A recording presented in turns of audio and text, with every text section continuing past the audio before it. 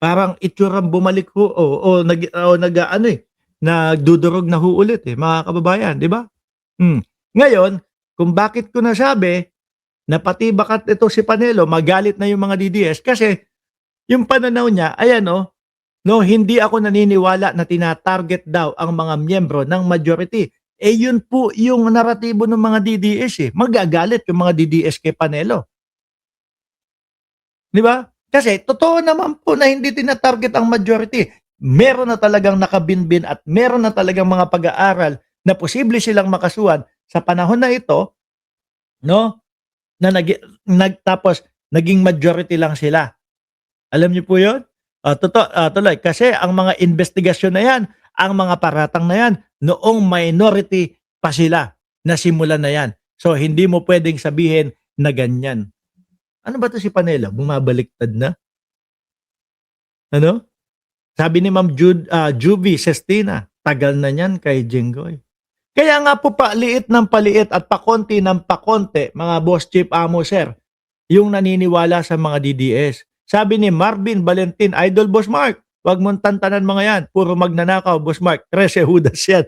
Shout out sa iyo, no? Ayuyay, ayokong maging PNP chief, no? Ah, versus Saltik. Tama ba yan? O, Batang Binyan, Toits. Shout out sa iyo, sir. Ngayon, alisin na ho natin ito, mga kababayan.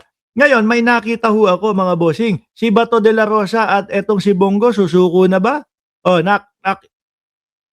ayun ang sabi dito, mga kababayan, ay, naku, nawala. Alam niyo, Ay, sandali, mamaya pa yan. Ito, ang sabi dito ni Bato de la Rosa, mga boss chief amo, sir, I am ready to join the old man. Ano po? Hoping that they would allow me to take care of him. Mga boss, ayan ang sabi ni Bato de la Rosa, mga kababayan. At yung isa naman, si Bongo naman, President Duterte said he is ready to go to jail. I told him I will go with him to jail. That is how much I love the President. Sabi ho ni Bongo, mga kababayan. Oh, yun nga lang po, mga bossing, no? Nung binanggit nila ito, mga kababayan, ay nung Marso 5, 2019 o 2019 nung kay Bongo ho, mga bossing. O 2019, yan din ho yung taon, mga kababayan, nung sinasabi ni Bongo na yun naman pong ano tawag dito? Yung reward system binalik naman po. 'Di ba?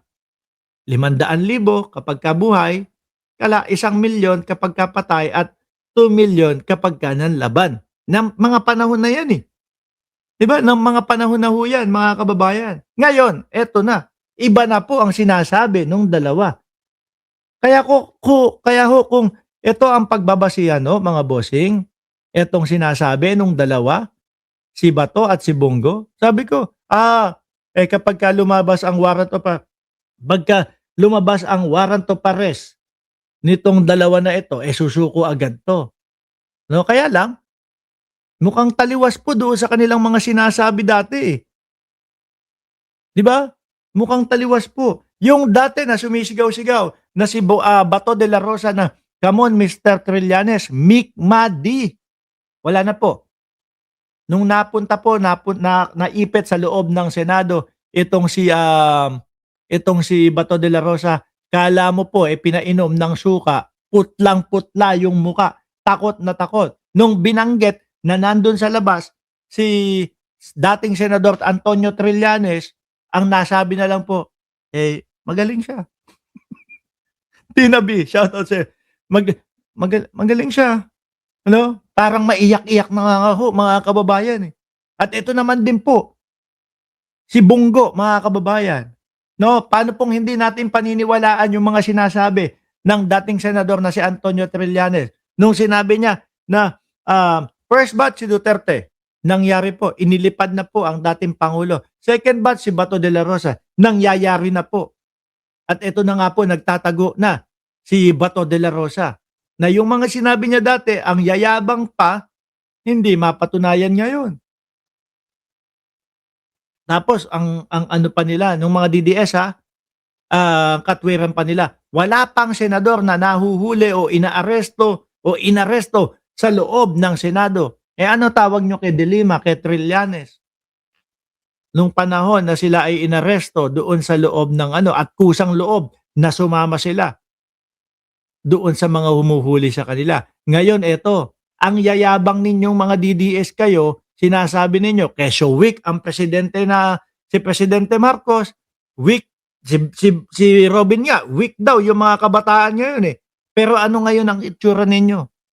Hindi nyo kayang harapin etong mga dapat nyong harapin sa batas. Takot kayo ngayon. Di ba? I am ready to join the old man hoping that they would allow me to take care of him. Sir, allow na allow at hinihintay ka doon sa The Hague. Pero bakit ikaw nagtatago? At ito pa ho, mga kababayan, delikado na makakasalubong si Bato de la Rosa. 116 o 100 plus ang mga illegal na baril na meron ang kampo ni Bato de la Rosa. Bakit illegal? Legal ho nung mga nakaraan, nung dati. Pero nirevoke na po ng PNP at hanggang ngayon po hindi nila isinusuko. Wala pa akong nababalitaan o baka lumagpas lang sa aking mata, yung mga balitang ganon, ay nirevoke na ho. Ibig sabihin, hindi na po legal yun. No, kaya yung sinasabi nung kampo ni Bato de la Rosa na hindi po armed o walang gamit sila Bato de la Rosa, 116 to 118 ho, mga kababayan. Maliliit at mahabang mga baril ho. Sabi ni Janday, weak si PBBM pero tahimik lang gumalaw. Binubulaga sila. Correct? Oho. No? Ang Pangulo nga ho natin, ayan. Medyo medyo ang ating Pangulo ngayon, mga boss chief amo sir, medyo iba na ho Napapansin ko, nag-uumpisa na pong magsalita ang Pangulo, mga kababayan. Dati ho, lalo na doon sa mga aresto kay dating Pangulong Duterte, yung mga kudeta dyan sa Senado, mga nakarang taon, hindi masyadong nagsasalita ang Pangulo. Taasan ng kamay dyan. Taas ang kamay. Press 1. No, press 1 na lang. Press 1 doon sa mga nabubwisit, naiinis na, hindi naman yung nagagalit kay Pangulong Bongbong Marcos. Naiinis kay Pangulong Bongbong Marcos mga nakaraang taon kasi hindi pumapalag. Tahimik lang ang Pangulo. Marami sa atin ang sinasabi, ano naman ba si Presidente Marcos? Diyos ko naman. Sobra na yung pambabastos sa kanya. Pero hindi pa din kumikibo doon. Diyan, si Janday. Diba? Pero hindi pa din kumikibo. Miski ako, sabi ko, mga kababayan, sabi ko, si Presidente naman, ayaw pang bumana, tayo pang umano.